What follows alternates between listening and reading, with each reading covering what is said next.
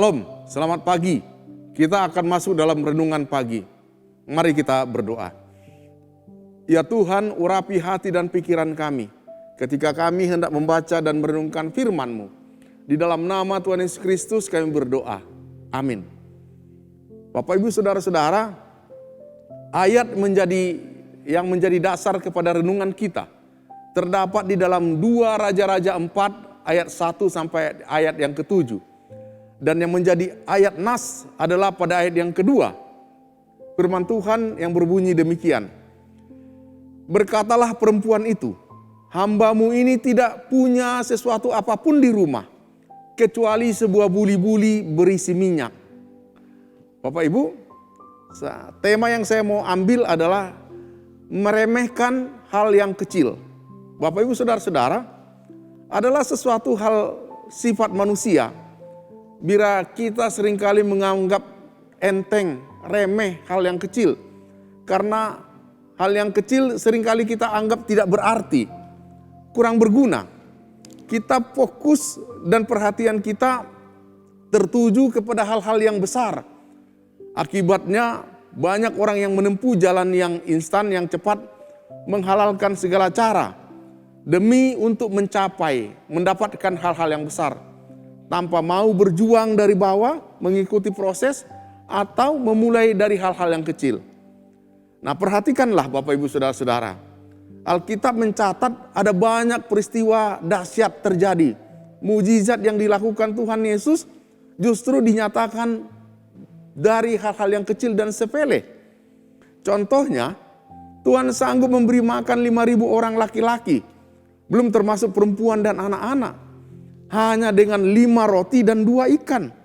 Yang menurut logika pikiran manusia, 2 ikan dan 5 roti itu tidak ada artinya. Dan dari bacaan kita ini, menceritakan kisah seorang wanita yang ditinggal suaminya. Mengalami persoalan hal yang besar karena punya hutang yang banyak.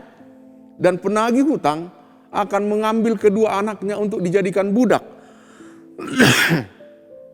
sebagai ganti hutangnya. Janda ini pun mengadukan permasalahan hidupnya kepada Elisa, Nabi Tuhan pada waktu itu.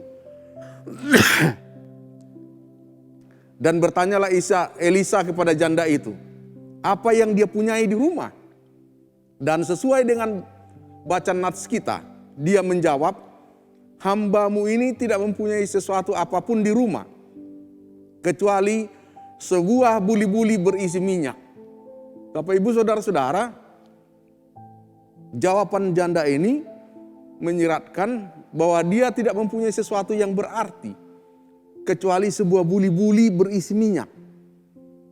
Menurut pandangan manusia, minyak dalam buli-buli itu sedikit jumlahnya dibandingkan dengan hutang masalah yang dihadapi.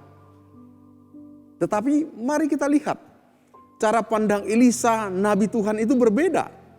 Yang melihat bahwa sebuah buli-buli berisi minyak itu bisa menjadi sarana Tuhan untuk melakukan hal-hal perkara-perkara yang besar. Karena itu Elisa memberikan perintah kepadanya di dalam ayat yang ketiga. Mengatakan, pergilah, mintalah bejana-bejana dari luar. Daripada segala tetanggamu, bejana-bejana kosong, tetapi jangan terlalu sedikit. Jadi pada akhirnya dia bisa mengisi semua bejana-bejana dari buli-buli yang kecil itu. Bapak Ibu Saudara-saudara, banyak orang Kristen gagal karena melihat besarnya masalah, karena fokus kepada keterbatasannya.